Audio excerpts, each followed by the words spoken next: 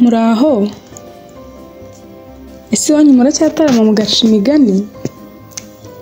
Uyu munsi KIP Report irakugezaho umugani wa Bakame n'intare. Ubwenge buzagukiza bukurutire kuri ingufu z'umubiri.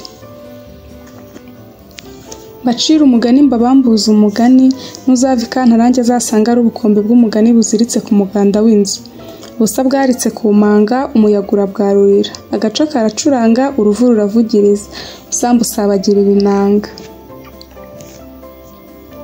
Rimwe, intare umwami w'ishyamba yari imaze kunanirwa, irambiwe guhiga no kurya ari uko yishe icyuya, kandi ari umutware w'ikirenga w'izindi nyamaswa zose zo mu ishyamba.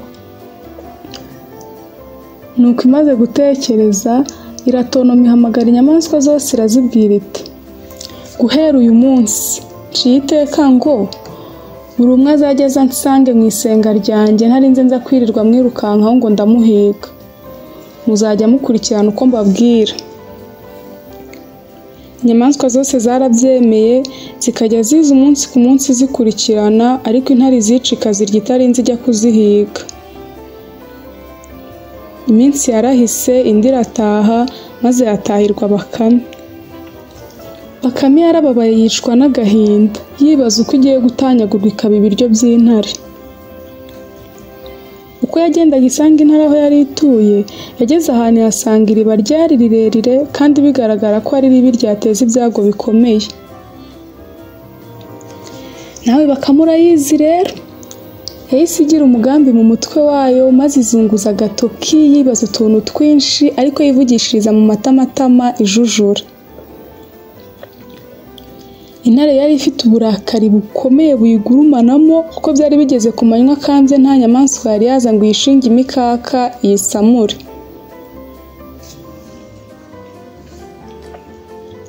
Kera kabaye rero, Bakame yaraje iza yomboka, isanga intare yiciraga isazi mu maso mu isenga yayo, nakubwo ni mu ngoro yayo da.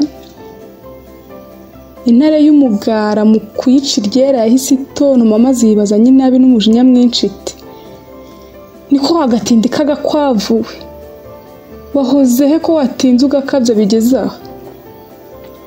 Iciye bugufi mu buryarya bukomeye, Bakame yasubije intare iti: nyagasani, rwose ubwo nazaga ngusanga nahuye n'indi ntare inyuruka y'impiga ishaka kundya. Nyamara sinashakaga kuribwa n'undi, byatumye nirirwa ndwana ku magara yanjye, ngo ariko ye kuba yaribwa n'undi utari wowe nyagasani. Intare yarishimye cyane, ishimishwa na Bakame yemeye gukora ibishoboka ngo inyama zayo zitaribwa n'indi. Nubwo yishimye ariko, intare yababajwe inahangayikishwa bikomeye no kumva ko mu ishyamba harimo indi ntare.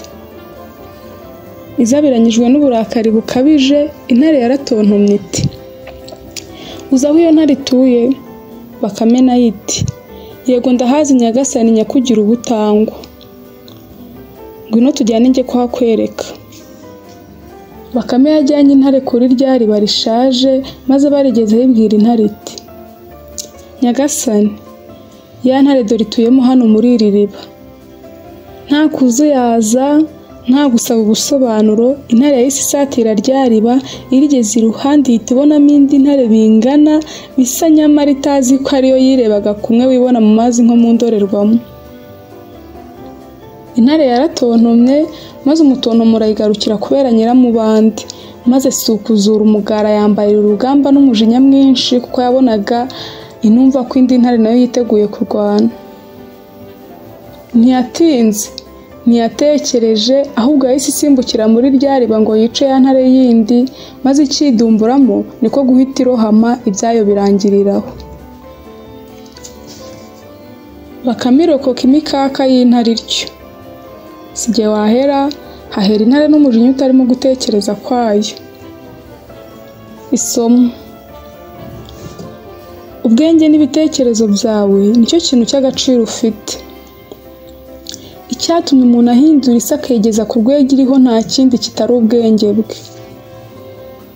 Kuba hitwa ku Muhima, mu myaka itagera no ku 100 ishize haritwaga ku Impyisi, uwabangana hafi na 99.9% by'abahatuye bakaba batarabona n'amaso yabo mahuma, kuko zitakihabarizwa, zarahunze, nta kindi uretse ubwonko bw'abantu.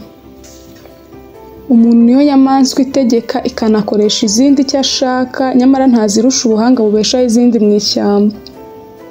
Nawe se umuntu si we urusha izindi nyamaswa kwiruka, ntarusha izindi nyamaswa ingufu zo guhekenya, yewe ntanazirusha ingufu cyangwa ibigango.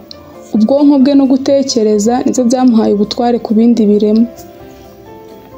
Nawe rero ufite ubwenge n'ububasha bwakugeza ku cyo wifuza kugeraho. Niba ufite icyo urota gukora cyakugeza ku nzozi zawe ukabaho ubuzima bwawe mu mwuzuro wabwo, icyo usabwa ni ukureka inzitwazo zikubuza kubigeraho.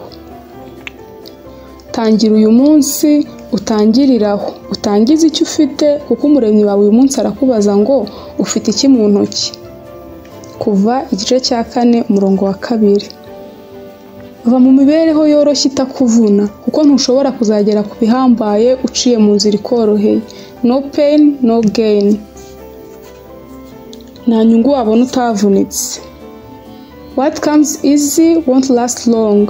What lasts long won't come easy. Ni amagambo avugwa mu bahanga b'imitekerereze, psychology. Wagenekereza ngo icyo uzabona bikoroheye ntikizaramba, kandi nta gihambaye uzarambana uzabona bikoroheye. Koresha ubwenge bwawe.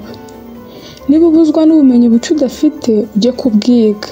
Internet ni igikoresho wahawe ubumenyi hafi ya bwose mu gihe gito kingana hafi na 1/6 cy'icyo wamara ubwiga muri kaminuza nk'izo mu Rwanda n'i Burundi. Nibutsa ko yari KP Reports, gushishikariza gukanda subscribe wowe utarabikora, kugira ngo inkuru zikubiyemo isomo ry'ubuzima n'ibanga ry'intsinzi, amakuru, ibiganiro n'ibyegeranyo dukora ntibikagucike. Wadukurikira kandi kuri Facebook, Instagram na TikTok, hose twitwa KP Reports. Akarusho, niba waryohewe n'uyu mugani, ushobora gusangiza abandi. Shalom.